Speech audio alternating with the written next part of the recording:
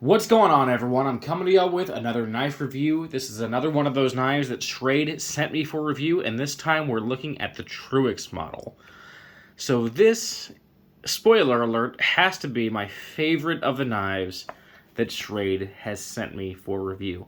This is part of their Alpha class, which is their American-made line of knives, and damn is this thing impressive, in my opinion.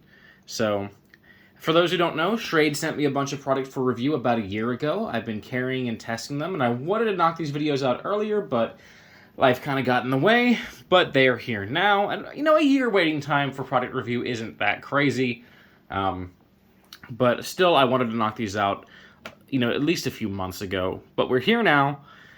And yeah, the basic agreement was Schrade sent me a bunch of product to carry, use, and test, and I promised to give honest feedback and an honest review. So even though the product was provided, my opinion hasn't been paid for. Schrade never attempted that. They never asked for that. They, were very happy to let me carry and use them and form my own opinions and be honest with everybody. And so that's what I'm going to do. And wow, this one actually really impressed me. Let's just jump right into it. Blade length. Now, they say on the website this is 3.5 inches in length. I have measured it. It's closer to 3.2. I think when they were measuring that blade length, they must have been measuring the length even of the, the tang that's hidden inside. Because from the tip all the way back here is only 3.2 inches long. So that's my best guess, as they measured the entirety of the blade blank, which, not really how you're supposed to measure blade length. But they're, this is a new company who owns Schrade now. There's going to be some growing pains. There's going to be some learning curves. Yeah, simple mistake to make. But we have a 3.2-inch blade with a modified Tanto design. And very similar to the modified Tanto on the shutter that I reviewed. I'm not sure which review we'll post first. So if you're seeing this first, then the shutter will be out next week or the week after, something like that. But I love this blade shape. It's modified just enough to where that secondary point isn't so aggressive that you can't use it the same way you would use a drop point or a clip point. It essentially acts like belly, especially because when we come up past the secondary point to the secondary edge, it kind of sweeps back a little bit. It's not just a sharp angle. You see, we do have a bit of sweep there, which makes this a great slicer. And this thing is a great slicer, despite the fact that the flat grind starts so low down on the blade. You can see that. This thing slices incredibly well, considering those factors. Does it slice as well as some thinner blades I have out there? Because the blade stock isn't exactly thin. No, it doesn't. But it still slices really well, surprisingly well, all things considered. The steel on here, if you can see that, S35VN. Now that is one hell of a blade steel. Okay. S35VN at one point in time would have been considered a super steel. I don't know if it is anymore. There's so many steels that have come out since I was a bit more in the scene that have probably surpassed it. But what I can tell you is S35VN has very good edge retention. Okay. Pretty damn good rust resistance, though I'm not a fan of the bead blasting on the blade here. Not a fan of bead blasting in general, just because it makes knives more susceptible to rust, but you can see we haven't formed any here, so probably not a big issue. And the big draw to S35VN for me, compared to like S35 or something like M4, and there's tons of other steels out there, but the reason I'm a big fan of S35VN is it's actually really easy to sharpen if you have any kind of decent equipment. And I'm going to specify that because I feel like most of my viewers are budget knife guys. They are used to HCR 13 MOV, AUS 8, 440C, 440A, 7CR 17 MOV, 420 HC, those types of steels. And so you can touch those up on damn near anything. You will need a bit of a better sharpening system with the S35VN here and a little bit of know-how. So, that said, it doesn't take much. This thing is extremely sharp right now, and I did carry and use it enough to where it did dull. And about 3 minutes with my ceramic rods, and I had this thing back to a scary edge. Let's see if I could show this off.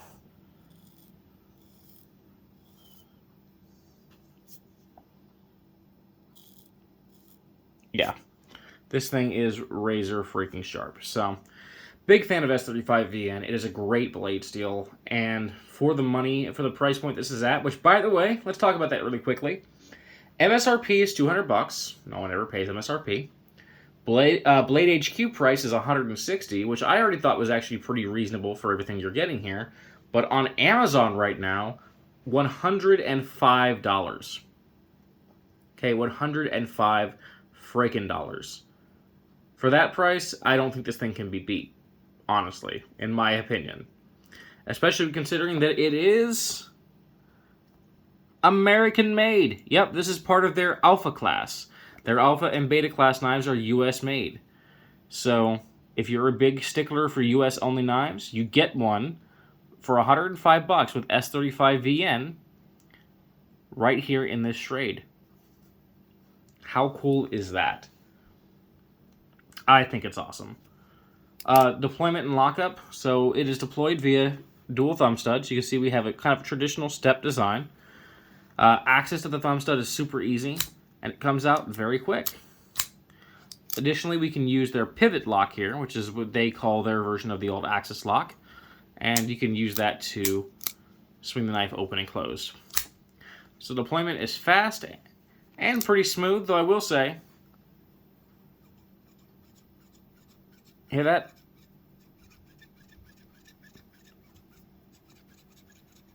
There's kind of this weird noise in there. It's not really a grinding noise. It's more like a squeak. And I think that's where the hang of the knife is running in to the pivot lock.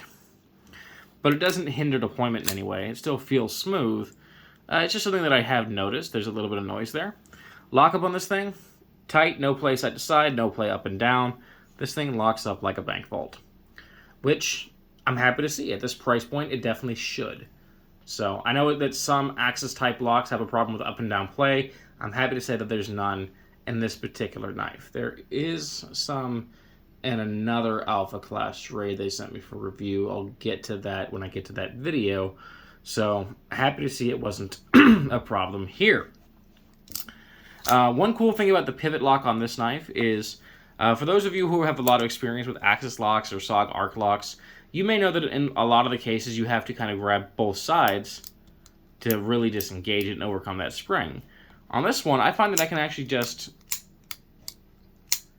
It's easily disengaged with a single finger, whether it's a thumb or like my pointer finger. I can use it with just one finger to swing this open and closed. So, nice that it's got a little bit less tension on it. It makes it easier to use. In terms of the action there, you can see, however, it doesn't have the same kind of swingy action that certain other pivot lock type locks are going to have. So I would still say deployment and lockup, very good. Not perfect, but very good. The lockup is perfect. It's just the deployment that's not quite perfect. It's not as smooth as it could be. I'm not sure if this is riding on washers in there or if there's some kind of bearing system. It feels like washers to me. So that's one potential way to improve this would be to use a bearing system. The handle is 4.5 inches long, and it's made of a combination of these stainless steel bolsters, which I think they're stainless steel, because if it was titanium or something they'd be bragging about on the website. I guess it could be aluminum, but they don't say. So, yeah, I'm going to assume stainless steel bolsters with this beautiful black and white G10 handle scales. I mean, look at that. I think those are gorgeous. They're eye-catching. The texture on here is moderate. You know, that's not super grippy, but it's enough to give you some traction. And the ergonomics on this thing are great. This thing feels nice in the hand. However, when we're in a hammer grip, we do get a bit of a hot spot because of this back here. Okay, this jimping they put on this protruded liner. I don't know why they felt the need to do this. This is an EDC knife. It's not like a self-defense knife. Every knife's a self-defense knife if we're in the moment, I suppose. But it's not a dedicated self-defense knife. So being in the reverse grip, which is the only time we'll ever actually like have our hand on this for any purposeful grip, is going to matter. In my opinion, Schrade should just get rid of that protrusion altogether, you know. If this weren't a more expensive knife, I would take this to a grindstone and just grind all that right off. I feel like the knife would be better for it. Being honest with you guys here, I think that's a bit of a drawback on the knife, because that is very sharp jimping, very sharp cut jimping, to the point where it's a little bit over aggressive in my opinion. By the way, look at that G10 handle, since it's wanting to focus a little better now. So small downside there, but overall, ergonomically, if we're in kind of a saber grip, it's a pretty comfortable knife. We don't have any jimping top side. We don't need any jimping top side. Again, we're looking at an EDC knife, and we already kind of lock in well enough in that finger choil. Okay. The weight on this is 3.5 ounces, which is nice and reasonable. It could be lighter if they would skeletonize these steel liners. And that is something I would probably like to see in the future, is them just try to save a little bit of weight and mill that out. But overall, not a big deal. 3.5 ounces, perfectly light enough. I don't have any complaints about that.